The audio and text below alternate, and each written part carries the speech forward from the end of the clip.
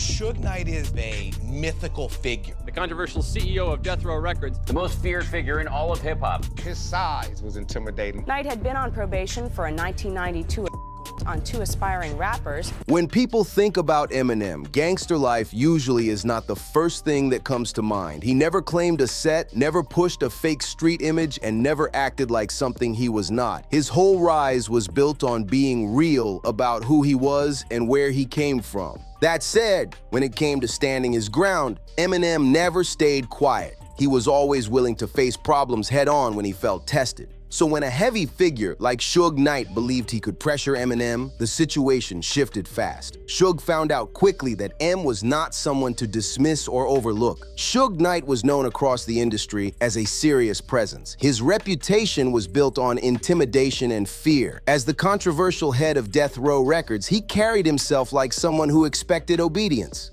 Suge was one of us. He wasn't no CEO. He wasn't no tie behind no desk. He was a thug just like everybody else. He took gangsterism to a different level. His size, his past, and his energy made people think twice before crossing him. He was seen as someone who built power by making others uncomfortable.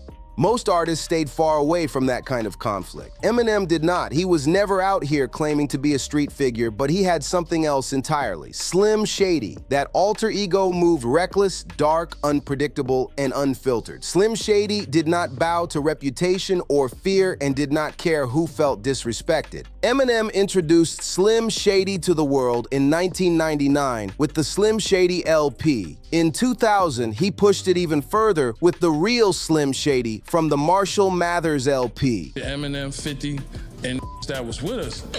So Suge came, he had some Mexican. We from New York. You ain't never seen a nigga with a tattoo on his forehead. He just lights the cigar, and it's the about Suge. He light the cigar, and he trying to see what you gonna do. So Eminem, 50. By then, Slim Shady had grown into a force that welcomed conflict, spoke without filters, and was fully comfortable making enemies. He did not just aim at the media or critics. He went straight for the pressure points on the real Slim Shady. From the jump, Eminem made it clear he was not backing down or cleaning anything up. The opening line, "Y'all act like you've never seen a white person before," was a direct clap back at an industry that stayed fixated on his race instead of his skill. That line was not a joke, it was a warning. Then Slim Shady started swinging at celebrities and nobody was off limits. Take to shoot anyone. You what? No, I wouldn't hesitate to shoot anyone if they come and mess. Will Smith caught one of the most talked about shots. The line, "Will Smith don't gotta cuss in his raps to sell records. Well, I do, so F him and F you too," was not random. It was aimed straight at Will's comments during his 1999 MTV Video Music Awards speech, where he spoke about success without cursing or violent lyrics. Eminem heard that as a sneak diss and answered it loud and clear. Then things got even messier with Christina Aguilera. She had previously said she thought Eminem was attractive, but later on MTV, she spoke about his personal life, mentioning his marriage and referencing the same woman he rapped about harming in his music. Eminem did not let that slide. Slim Shady fired back, dragging her into lyrics alongside Carson Daly and Fred Durst, turning it into a public mess about who she was dealing with first. One night involving 18th Street and rival gangs, March 15th this year. At 6 p.m., 5 men shot on Hillcrest. 30 minutes later, a man is shot 3 times. By the time Suge Knight tried to step to Eminem, M had already survived non-stop heat from the media, the industry, and big-name stars. His skin was thick, his mouth was sharper, and controversy had become his comfort zone. Fear tactics were not going to work on him. So when Suge allegedly rolled up deep, Eminem did not fold. He stood firm. A lot of this tension traced back to Dr. Dre leaving Death Row Records, then signing Eminem and later bringing 50 Cent into the spotlight. Suge already had long-standing issues with Dre, and once Eminem and 50 started shaking the industry, they inherited that old beef whether they asked for it or not. He was not letting anything slide at this point. The pressure did not stop, and the moves kept coming. One of the wildest moments happened while 50 Cent was filming the video for In Da Club. Out of nowhere, someone yelled that Suge Knight had arrived. That single sentence flipped the entire set upside down. Panic spread fast. Suge had pulled up deep, reportedly with around 30 men, and the energy shifted instantly. That was classic Suge behavior, showing up unannounced, bringing numbers, letting his presence do the talking. He moved like someone who wanted to remind everybody that his name still carried weight. No warning, no conversation, just pressure. That was his style for years, and this moment followed the same pattern. What made it even heavier was who he allegedly brought with him. Reports say the group included members connected to the 18th Street Gang. This was not some random crew. They were known as one of the largest street gangs in Los Angeles, with a reputation that stayed in headlines for all the wrong reasons. Married now. Eminem? Yeah, totally. The girl that he talks about killing on his record, actually. And I was like, no, you didn't. Law enforcement sources had long described them as extremely active and highly dangerous. Their criminal history was extensive: substance distribution, robberies, extortion, illegal operations tied to immigration fraud, stolen vehicles, home invasions, armed robberies across Los Angeles County. Their activity level was reportedly far higher than many other gangs operating in the city at the time. This was not street-level chaos only. Some members had moved into organized, structured crime, running full operations instead of hustling day to day. They were even connected to serious international cases, including the kidnapping and homicide of the younger brother of Wilson Palacios, which only added to how heavy their name rang. This was the message being sent: intimidation through association, pressure through fear. That was the reality Eminem and his circle were facing. A situation designed to make people freeze up and back down. But backing down was never really part of the plan. Then there is the incident at the Source Awards in 2001. Eminem showed up with D12, and the atmosphere was already tense before anyone touched the stage. Industry politics were thick in the air. Old rivalries, new grudges. One wrong move could have turned that night into a disaster, and everyone in the room knew it. Normally at events like this, artists kept their security close, but that night, the rules were different. Bodyguards were forced to sit away from the artists, leaving Eminem exposed in a room full of tension. That gap did not go unnoticed. Suge Knight and his circle saw the opening and leaned right into it. According to Eminem's former bodyguard Big Naz, things got uncomfortable fast. Eminem ended up boxed in by a group of men wearing red, a color long associated with blood-affiliated sets. Suge had known connections there. One night involving 18th Street and rival gangs, March 15th this year. At 6 p.m., 5 men shot on Hillcrest. 30 minutes later, a man is shot 3 times, a 16-year-old shot twice. Then at 8:30, the same night, 2 more gang-related shootings. And the message was loud without a single word being said. Big Naz picked up on the shift immediately and rushed across the venue because the energy was clearly off. Later on, Big Naz revealed that there was real concern behind the scenes. Not rumors, not whispers. There was information suggesting Suge planned to seriously harm Eminem during what was supposed to be a low-key getaway. This was not some casual warning either. Reports claimed Suge had sent over 50 people from Los Angeles to Hawaii with the goal of causing disruption. What should have been a relaxed trip with Dr. Dre and Snoop Dogg turned tense the moment they landed. No beach vibes, no downtime. Everyone switched into alert mode. The atmosphere flipped completely, and the group moved like they were preparing for trouble instead of a vacation. Security measures went next level. Eminem, Dre, Snoop, and their partners reportedly wore protective gear daily, with safety plans in place at all times. The situation was serious enough that the Honolulu Police Department stepped in, assigning officers to monitor and escort the group wherever they went. Big Naz later described how unreal it all felt. He said they expected rest, not chaos. Families were there. Wives were there. Some people even had their kids with them. From the second they touched down, police escorts took over, rushing everyone into transport vans just to keep things controlled. Outside of Slim Shady, Eminem also had another layer of protection that rarely gets talked about. Eminem was real. He's like, I don't give a man. This is when I knew. I'm like, damn, Eminem is a real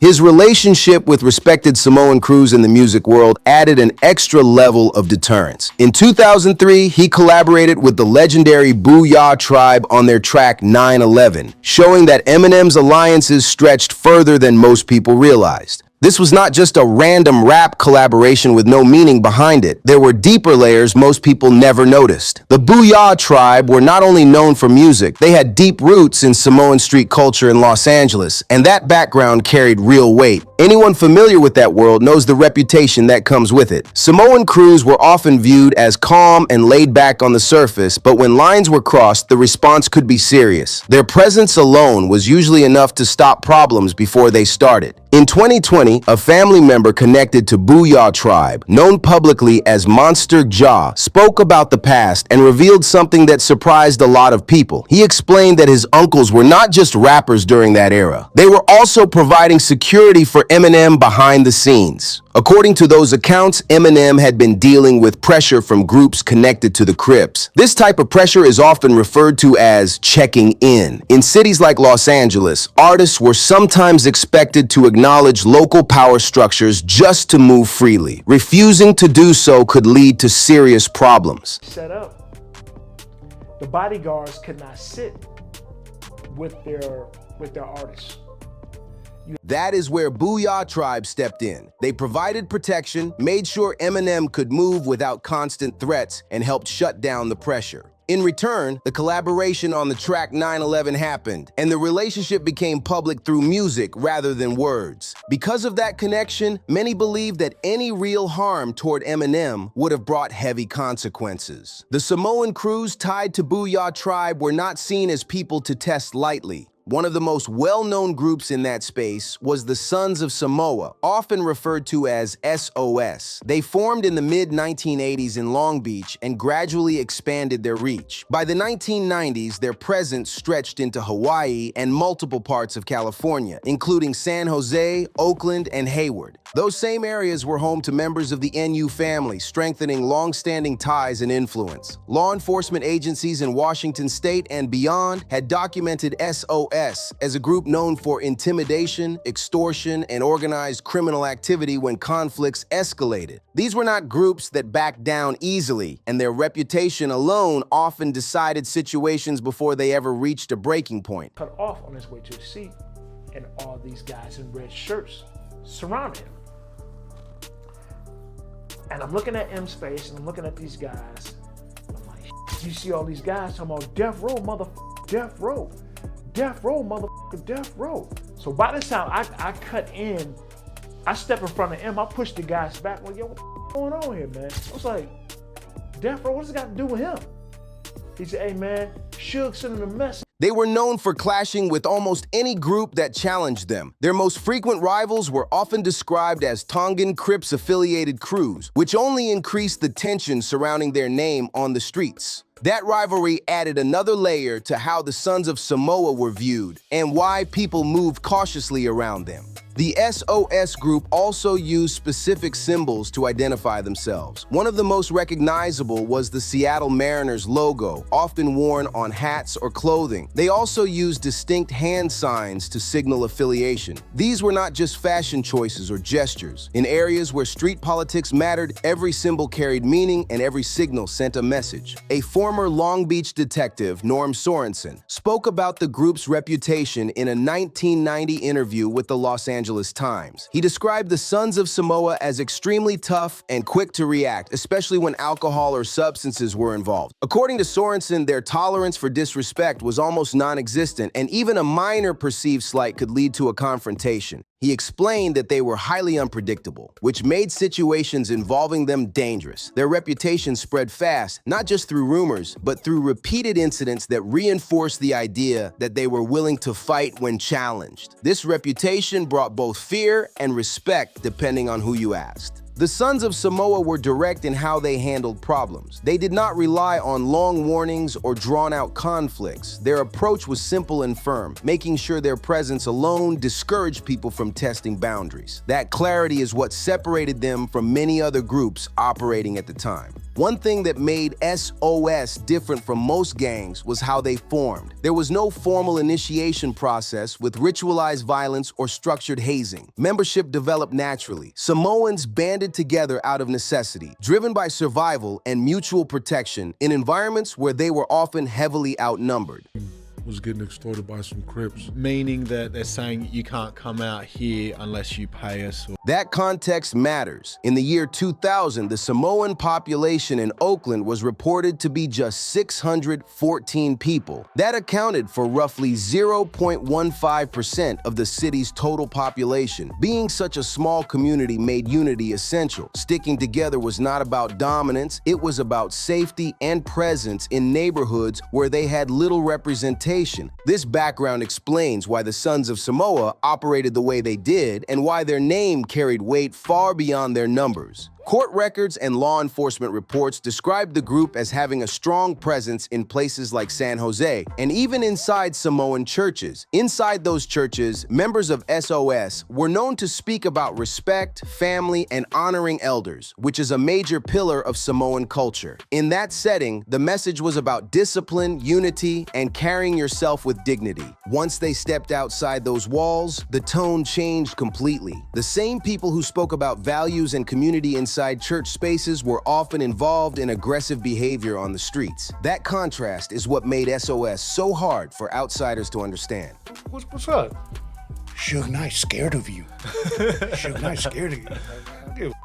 And then everyone I talked to, they, man, is Suge really this, really that? I was like, but I'm Samoan, man. I don't give a I don't care. You King Kong, you Godzilla, you gonna get. For many members, SOS functioned more like a social circle than a traditional gang. It brought people together who felt isolated, overlooked, and outnumbered. It was about ethnic brotherhood and mutual protection in environments that did not always feel welcoming. Crime was part of the picture, but for some, the deeper motivation was survival and loyalty rather than status or colors. In the Bay Area, the Sons of Samoa moved differently compared to many well-known street groups. While Los Angeles during the 1990s was consumed by red versus blue politics between Bloods and Crips, SOS in Northern California did not center themselves around those rivalries. They were less interested in color battles and more focused on alliances, territory, and protecting their own.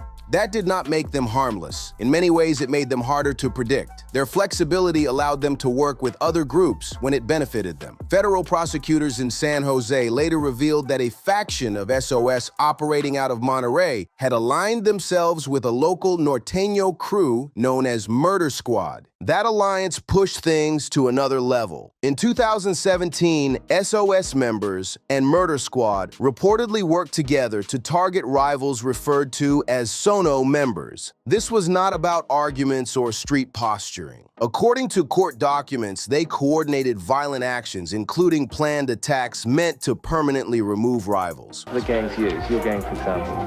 38, 22, 357, 9, AK.